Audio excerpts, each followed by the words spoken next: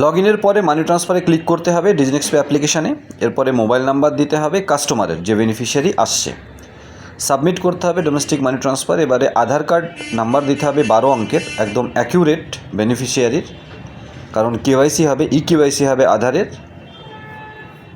আধার number দেওয়ার পরে fingerprint device select করতে হবে। এখানে সমস্ত ফিঙ্গারপ্রিন্ট ডিভাইস কিন্তু লাইভ আপনারা দেখতে পাচ্ছেন, সমস্ত A to Z আইরিস পর্যন্ত।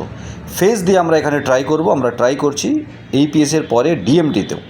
এখানে দেখতে পাচ্ছেন ফেস, চোখ ব্লিঙ্ক করতে বলবে, একটু সময় পরে কেওয়াইসি সাকসেস হয়ে যাওয়ার চান্স বেশি। কিন্তু মোবাইল অ্যাপ্লিকেশান দিয়ে ফেস দিয়ে অথেন্টিকেশন করতে পারবেন, আর ওয়েবে ফিঙ্গার দিয়ে, অ্যাপেও ফিঙ্গার দিয়ে করবেন।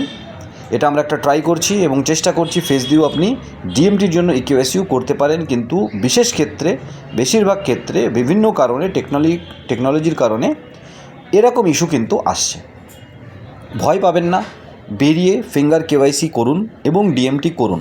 আমরা চেষ্টা করছি APS-এর পরে DMT মানি ট্রান্সফারেও ফেস অথেন্টিকেশনের মাধ্যমে কাস্টমার বেনিফিশিয়ারির কেওয়াইসি হয়ে যাক।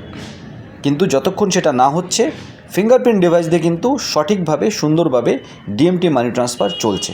আশা করব বেশি থেকে বেশি DMT মানি ট্রান্সফার করবেন, প্রয়োজন হলে স্ক্যান পে করবেন, APS করবেন, রিচার্জ করবেন, বিল পেমেন্ট করবেন। কাদের সাথে? ডিজিনেক্সপে অ্যাপ্লিকেশন।